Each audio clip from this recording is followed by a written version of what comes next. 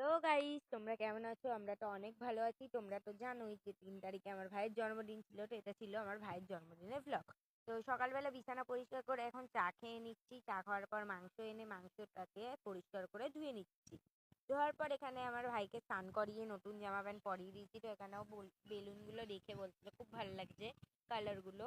তো এখানে মাংসটা ধোয়ার পর ম্যারিনেট করে নিয়েছি। নেওয়ার পর এখানে আলু ভেজে কাটা হয়ে গেছে, তো কেটে ভাজাও হয়ে গেছে। হয়ে যাওয়ার পর এখানে এখন মাংস কষা হচ্ছে।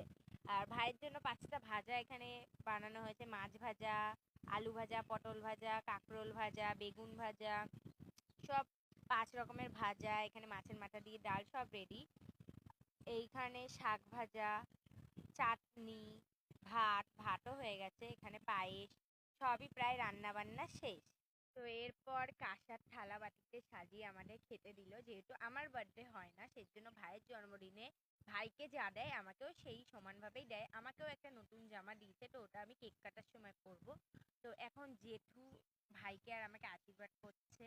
তো ভাইকে প্রথমে করছে, করার পর এখন আমাকে করছে, এরপর মা করছে। দেখো, ভাইকে করা হয়ে গেছে, এখন আমাকে করছে।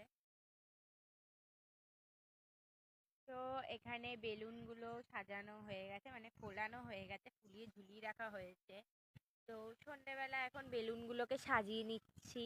তো আমার ভাই বলছে এখানে লাগা, ওখানে লাগা, সেখানে লাগা, ধরে বসে আছে। তো আমি লাগাচ্ছি। দেখো কেমন লাগছে তোমরা জানিও। বারান্দা ঘর দুখানায় সাজানো হয়েছে, কিন্তু কেক কাটা হবে ঘরে। তো এখন যেহেতু সন্ধেবেলা তোমার কেক কাটার পরে কিছু খাওয়ানো হবে, সেই জন্য এখানে ঘুগনি আর লুচি করা হচ্ছে। যতক্ষণে ঘুগনি লুচি হচ্ছিল ততক্ষণে কেকটা কিনে আনা হলো। Today Happy birthday to you.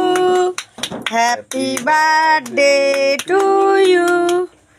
Happy birthday dear Suman ওই দেখ বেটু বি হ্যাপি বার্থডে করতেছে। হ্যাঁ যেটু